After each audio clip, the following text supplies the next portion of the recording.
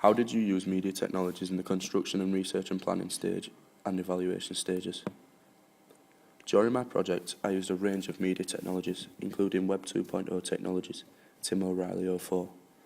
Over recent times, online technologies, software and equipment development and improvement have changed the way music videos have been produced, as we, the audience, can become the producer and prosumer, Golden 04. You can share your videos online, on YouTube and social networking sites such as Facebook and Twitter. At pre-production, I used YouTube to research existing videos of a similar genre to give me ideas for my own product. I also used my blogging website, Postress, to post lesson objectives, plans and drafts to show my progression of the music video and ancillary products. We had to, however, change to using WordPress as Postress closed down.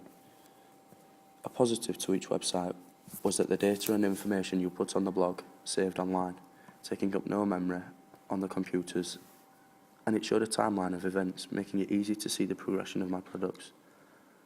However, a downside to these websites was they took time to log on, and they took a while to upload larger files such as pictures and videos. Another Web 2.0 technology I used was Prezi, an online presentation tool. It's interactive and allowed me to be creative with transitions and colours, and allowed me to present my treatment, as I used this as part of my media pitch to the class to show my ideas.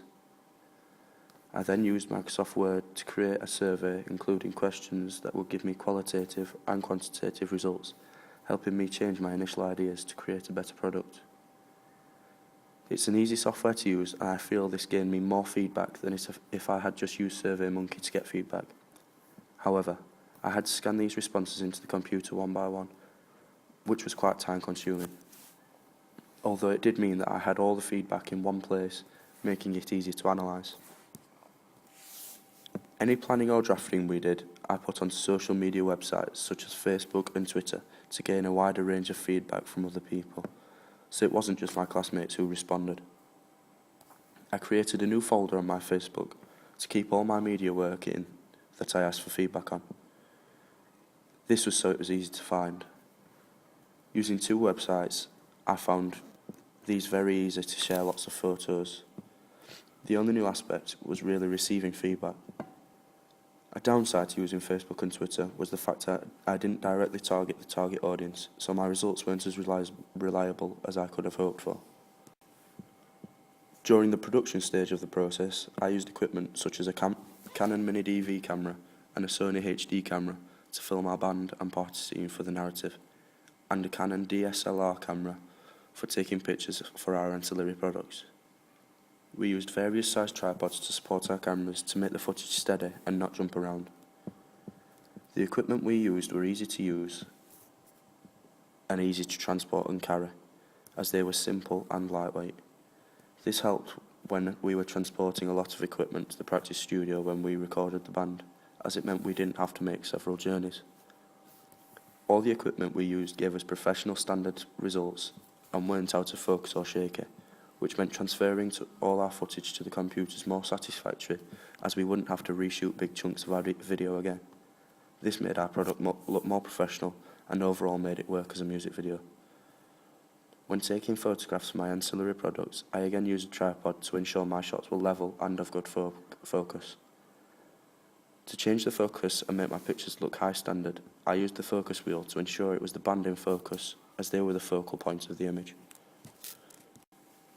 At post-production, I used Adobe Photoshop and Adobe Premiere to edit photos for my ancillary products and footage for my music video respectively.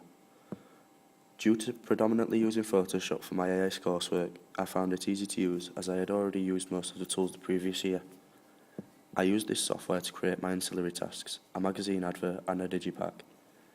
The main tools I used were the red eye removal tool on photographs of the band to remove the redness of eyes, and crop tools to cut out some background to make the band the focal point.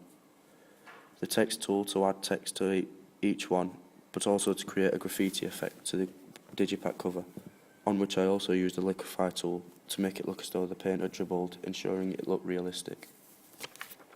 I used the colour tool to change my image to black and white, and used the magic wand tool to select a unique part of each band member, to which I changed back to colour, making the cover stand out more. This helped my product fit more in with the indie genre and helped my product look to a high professional standard. I used similar effects on my magazine advert to keep the brand identity and make them all look connected to the band. However, Adobe Premiere was a new piece of software for me and found it really tricky to get the hang of it at first, as I had never used it before. As I had used it, I grew more accustomed to it and found it was simple and easy to use as I had practiced all the tools and knew what they were. After capturing the footage on the cameras, all we had to do was import the footage to Premiere and access the footage as to what we would use in our video. The main tools I used were the crop tool to alter the length of the clips to make the footage fit with the video and to cut the correct time, the move tool to drag and drop each bit of footage into the correct place on the timeline, and the crossfade tool to fade from one shot to the next during the slower sections of the song, as plain cuts seemed too harsh for the music and didn't look very good. As the timeline showed the music, I found this very helpful, as I could then match the visuals with the exact beat of the music.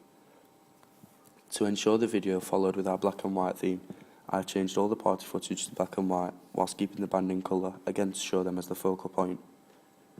Another tool I used on my video was the slow motion effect on the party scenes, as this made the dancing fit more with the pace of the music and made the video again look professional.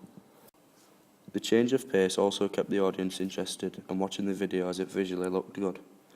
After I had edited the video and ancillary products, I uploaded them online. I posted my video to YouTube, Facebook and Twitter to try and gain feedback and also to promote the artist, and posted my ancillary products to Facebook and Twitter, again for the same reason. At the evaluation stage of my project, I used Microsoft Word to type out my script and Windows Movie Maker. I found Movie Maker easy to use as, again, I used it for my evaluation last year at AS. This made it easy to use as I knew the tools and where to find them all. I used the zoom and crop tools to make the footage fit into the correct place and used an iPhone to record my voice over the top of the video. Overall, the easiest software I found I used was Adobe Photoshop, as I had used it before and found it hadn't changed and remembered how all the tools worked. The software I found most difficult to use was Adobe Premiere, as I had never used it before and didn't know how to use it. Some tools were difficult to master to a complete beginner, however I think I overcame this well by practicing using the tools before I actually used them on my final product.